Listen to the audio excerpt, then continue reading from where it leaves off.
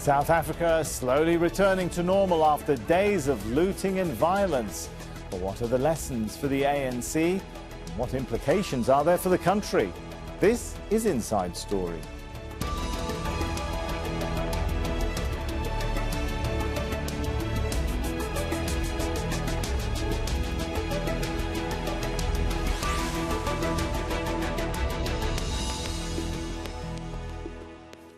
Hello and welcome to the show. I'm Sami Zeidan.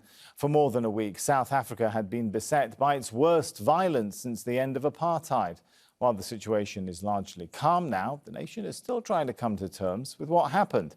The violence killed at least 276 people and caused widespread destruction. Hundreds of businesses were either looted or set on fire. South Africa's roads, facilities and supply lines were targeted and disrupted. But the damage is estimated to run into billions of dollars. President Cyril Ramaphosa has deployed 25,000 soldiers to keep order. The unrest was sparked by the jailing of former President Jacob Zuma, but expanded to include grievances about poverty and inequality. Ramaphosa has blamed the unrest on Zuma supporters, but he's also acknowledged government failures. We are all really concerned about what happened here. But we are also saying we have learned valuable lessons. We have learned important lessons. The most important lesson of which in the end, we must tighten up our security forces, but we must also ensure that the defense of our democracy is firmly in the hands of our people. We will make sure that we gather our wits, we gather ourselves and do a proper review of what has happened here. But the one positive thing I can say is that this has united us as the people of South Africa. Our people are united. We realize that the gaps that there were, we should learn from, but we should now prepare for the future. We'll bring in our guests shortly, but first, this update from Bernard Smith in Durban.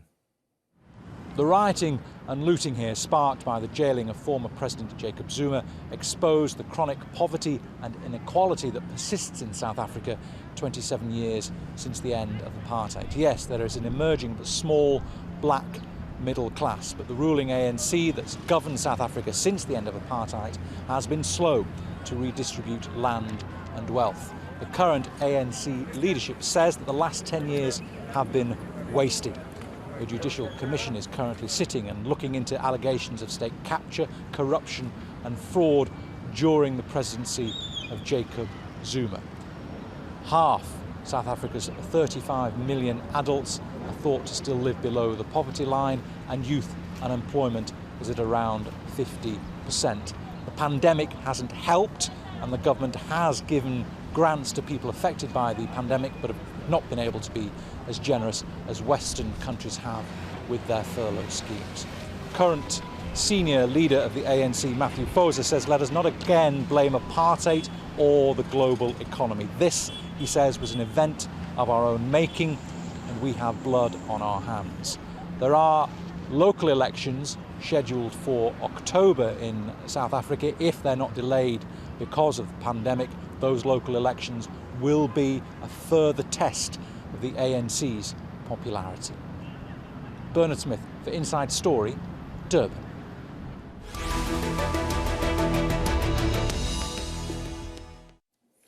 Well, let's bring our guests into the show now. They're all joining us from Johannesburg in South Africa. Lindiwe Zulu is South Africa's Minister of Social Development. William Gumede is Executive Chairperson of Democracy Works Foundation, and Kwandiwe Kondlo is Professor of Political Economy in the Department of Politics and International Relations at the University of Johannesburg. Welcome to you all. If I could start with William, are the protests, the looting, is it all over now or just taking a break? How do you see it, William? It does seem that, although late, the army is there, the police is there, and, the situation has been stabilized. But it does appear that there's still some threats circulating across the country in WhatsApp groups that Jacob Zuma supporters intend to try, another attempt at a popular kind of uprising. But for now, it seems stabilized. The police is there, they're visible. The army is there, they're visible. And I think people feel a little bit more reassured than a couple of days ago. All right, so stable for now, but Zuma supporters may give it another go. Lindiwe, has Ramaphosa survived the challenge of some of those pro-Zuma elements who wanted to keep, I guess you could say, circles of power above the rule of law and order? President Cyril Ramaphosa is in charge as the president of the country and also as the president of the African National Congress. President Cyril Ramaphosa has got his team of ministers and different departments that are directly dealing with the situation. As William has just said it now, that it is stabilizing. It's stabilizing because for President Cyril Ramaphosa and his government, the first and most important thing to do is to stabilize the country. So do you have any concerns that, as William said, maybe Zuma circles are going to try and give this another go and try and bring Jacob Zuma above the law? We are not worried about that at all because you have seen for yourselves, I'm sure you're monitoring from where you are. Yes, we accept that destruction has really been bad. But the bottom line is that government is in charge, the president is in charge. Those departments, particularly defense, intelligence and others, including mine, by the way, of social development, that has to deal with the aftermath of that from a point of view of those citizens that are struggling. We are back into ensuring that we stabilize the country. And the stabilization of the country is beyond just people not being out in the streets and looting, but you will also see that the police and the army have gone all out in full force, including that of looking for the perpetrators, looking for the looters, and collecting as much as they possibly can what was already looted. I think that the security structures are really doing the best that they can, but this issue is beyond just the security. It's also about other departments that have to deal with the aftermath of that. And as I rightfully say, my department, social development, and others are also responsible right now. All right, let's bring Kwandiwe into the discussion. As Lindiwe was just saying there, this is about more than simply the security situation, right? First of all, let me ask you, Kwandiwe, have the pro-Zuma elements been neutralized? Are they still able to form and perhaps move again? Look, the difficulty first is to talk about pro-Zuma elements as if they exist out there as a very coherent force. It's very difficult to really put a hand and a finger on what you can call this is pro-Zuma elements in the ANC. Mr. Zuma is a member of the ANC. And definitely, as former president of the ANC, he does have some ANC members who are still very supportive of him. And of course, there have been tensions and squabbles within the ruling party. But it's not easy to just reduce everything to pro-Zuma elements versus Ramaphosa elements. The ANC is a big organization. There are lots of ideological positions and perspectives that you find within the ANC. And these perspectives sometimes are not necessarily for Zuma and against Ramaphosa or for Ramaphosa and against Zuma. So I'm trying to say, what are some of the other major motivating forces here then at play? I'm trying to say, let's avoid very reductive approaches when we look at this, because not everybody in the ANC is just pro-Zuma, anti-Ramaphosa. That's simplistic. Okay, perhaps we'll bring William in to broaden it out then. No doubt this is, as our other guests saying, about more than simply what happens to Jacob Zuma or his supporters. There is an element here of perhaps rebellion against the current social and economic order, right, William? Absolutely. I mean, it's a combination of things. And, let's call it a rebellion by this, broad Zuma supporters. They found almost, fertile ground. And I think, the first thing that we have to say, we've been under lockdown in South Africa, and one of the world's strictest lockdowns. And, so there's the idea of a cabin fever once you've been in these kind of lockdowns, not only in South Africa, but also elsewhere, where people are restless, they're anxious, and it's almost, getting out of it and going out there in the streets. The second thing is also, South Africa's economy has been really devastated by COVID-19 and then also by the lockdown. So we've seen high levels of unemployment, businesses closed down and so on.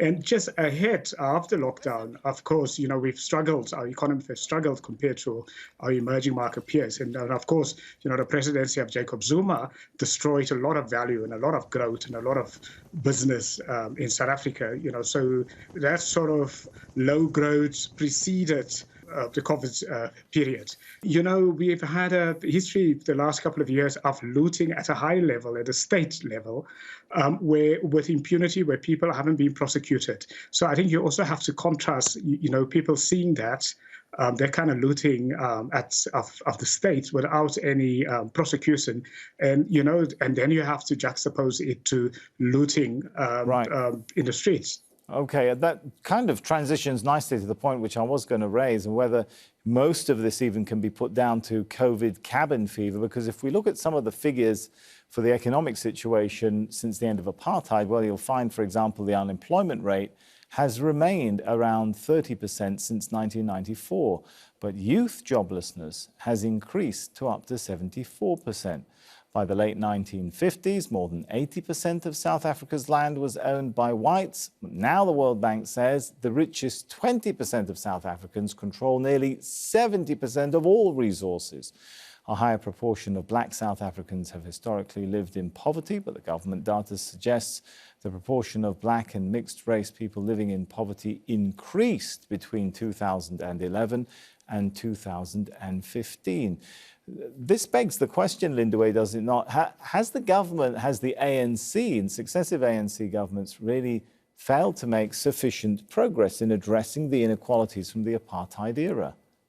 Well, if I am to compare, which I don't normally like doing in a situation of ourselves as the government of the African National Congress, I always say people have to judge us for what we have said we're going to do. But if you have to make comparisons, you can't run away from the fact that the impact of apartheid, the impact on the economy, and the impact on the demographics of our people, the impact of poverty, unemployment, inequality. And I'm thanking my countrymen who've just spoken here, because they're telling it like it is. It was never going to be easy for the government within a period of 27 years to have reversed all that. However, But it's not just reversing. Some of the figures, at least, Lindiwe, forgive me jumping in, seem to be getting worse.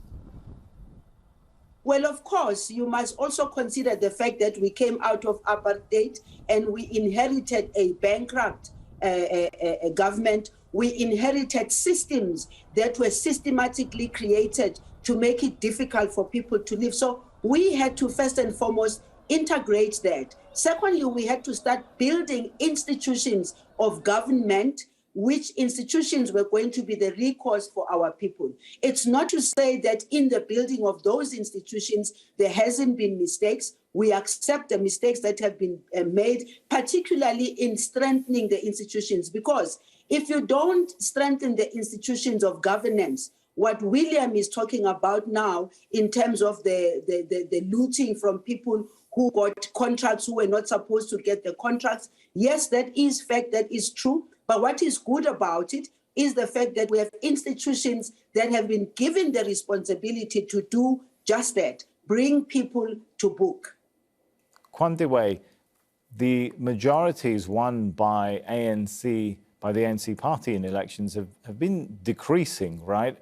Does this latest bout of violence and protest show the ANC's grip on power is weakening further? Yes, what is happening is that in the arena of politics of popular support, the ANC really needs to roll up the sleeve, because as you can see, the graph, really the tendency, which emerges when you analyze election results, is that from 2009 right up to date, we see this slow, steady decrease in percentage popular support that the ANC gets during elections. And this could be as a result of a number of other reasons, people just deciding not to go and vote. And also maybe the growth of, we have a youthful opposition party in South Africa. It's attractive to some of the youth, but it's not growing at a rate we initially expected it to grow.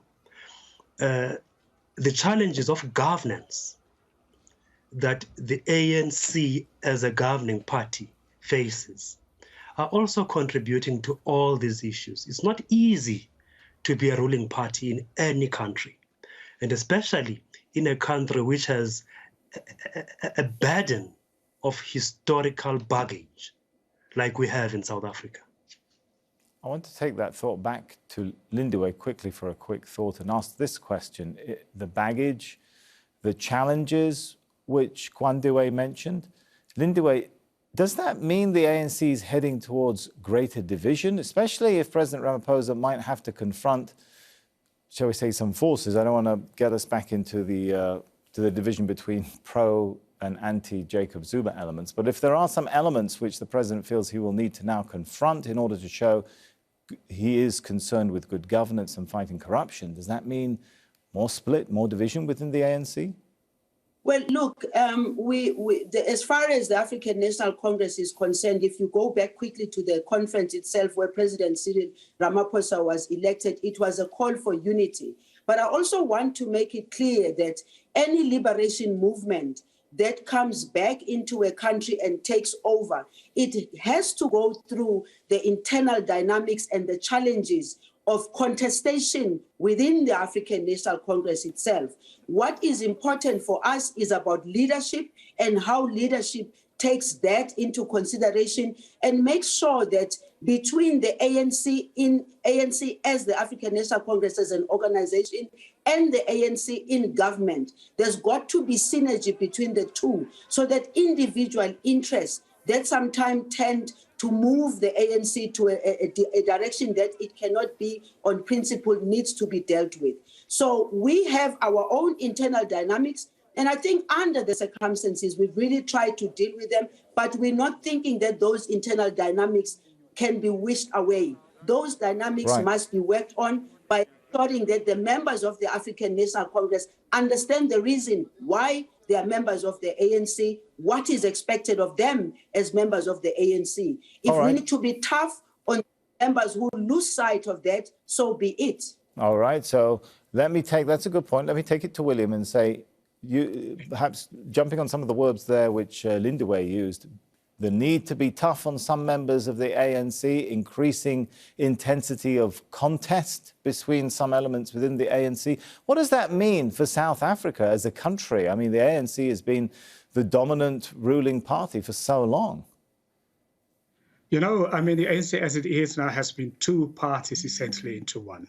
Now, President Ramaphosa has been trying to hold the two parties together in his unity policy. Now, what has happened the last 2 weeks is, you know, from now onwards, this is a Rubicon for the ANC. It cannot hold the two groups together anymore. So I think, you know, even the Jacob Zuma group, whatever we want to call them, it will be very difficult for them now to return back into the ANC or accept the ANC. And then secondly, so will there be more of a split, do you think? I think we're going to see a split. It is now inevitable. I mean, it has been pushed further and further. It was supposed to happen perhaps before. Because the thing about the liberation movements, what makes it effective and what made the ANC such a successful liberation movement is that it was a broad coalition of, you know, ranging from Marxists to capitalists to traditionalists. Now, when you get into government, you know, you have to have a set of coherent policies. And, you know, otherwise you're going to be in a perpetual paralysis, and which is what has happened with the ANC. So to become an effective, fit-for-purpose, modern political party to govern over a democracy, you have to become internally democratic, and you have to have one set of policies. It means you may have to kick out some of the people that were part of it, and it hasn't happened before. And I think now is a moment where it's going to Let me quickly, I want to get Lindiwe's reaction to that. Very briefly, do you agree with that prognosis going forward? There is going to be a split. Perhaps some members break away from the ANC now. This is the Rubicon being crossed. There isn't going to be a split in the African National Congress. And I'm happy that William is here, because he's the one that spoke about the fighting for the soul of the African National Congress. The African National Congress is 109 years old, and the African National Congress, within that period of that time, has had challenges that has made it to be strong.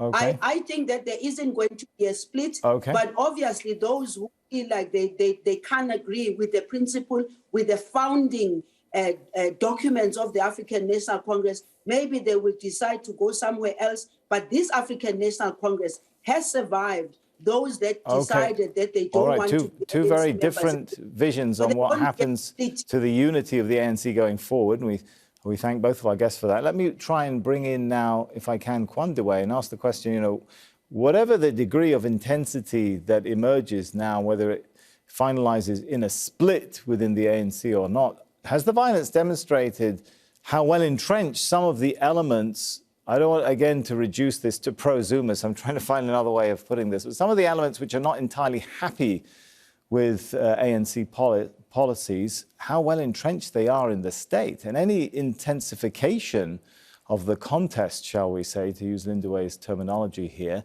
is going to impact on the state's performance and unity itself. Well, I think first, the first point, I'm also of the view that I don't see the ANC splitting. Mm-hmm. You see, one of the inheritances of exile is loyalty to the party. And with the group, which is dubbed the pro-Zuma group, whenever they appear, they always swear, they emphasize their loyalty to the African National Congress. But with the violence that we saw happening, you see, what we saw happening is quite, it's so multifaceted. There was political element, but there was also pure thuggerism. There was also opportunism. Lindiwe, does the whole approach to ending the apartheid era now need an overhaul? Yes, absolutely. This is one of the lessons we have learned. And that's why I was saying we need to strengthen our institutions so that we are able to also pick up things when they're developing. But my final point is this. When in South Africa, all the other issues you spoke about, poverty, hunger, unemployment, and inequality, we need to focus on those issues so that even anyone who wants to mobilize communities can be the ones that say, you're not going to mobilize us for this because we are fine. But when you have a spark and people who feel they have got very little to lose, and then they go out and do what we saw happening, we are in trouble. That's why we need to focus on fixing what's gone wrong, and we have a capacity. I promised I'll give 30 seconds to William. So very briefly, do you agree with that prognosis? I think this week has been the rupture of South Africa's post-liberation politics or post-independence politics. And it's very likely that the ANC will decline, in terms of voter appeal. And secondly, that we may see the beginning of one split, maybe a couple of splits going forward, if one compared to the trajectory of other liberation movements. And on that note, we're going to have to end it here because we are running out of time. Let's thank the guests, Minister Lindiwe Zulu, William Gumede, and Kwandiwe Kondlo. And thank you too for watching. You can see the show again anytime by visiting our website, aljazeera.com. For further discussion, head over to our Facebook page. That's facebook.com/AJ Inside Story. You can also join the conversation on Twitter. Our handle is @AJ Inside Story. From me, Sami Zeidan, and the entire team here, for now, it's goodbye.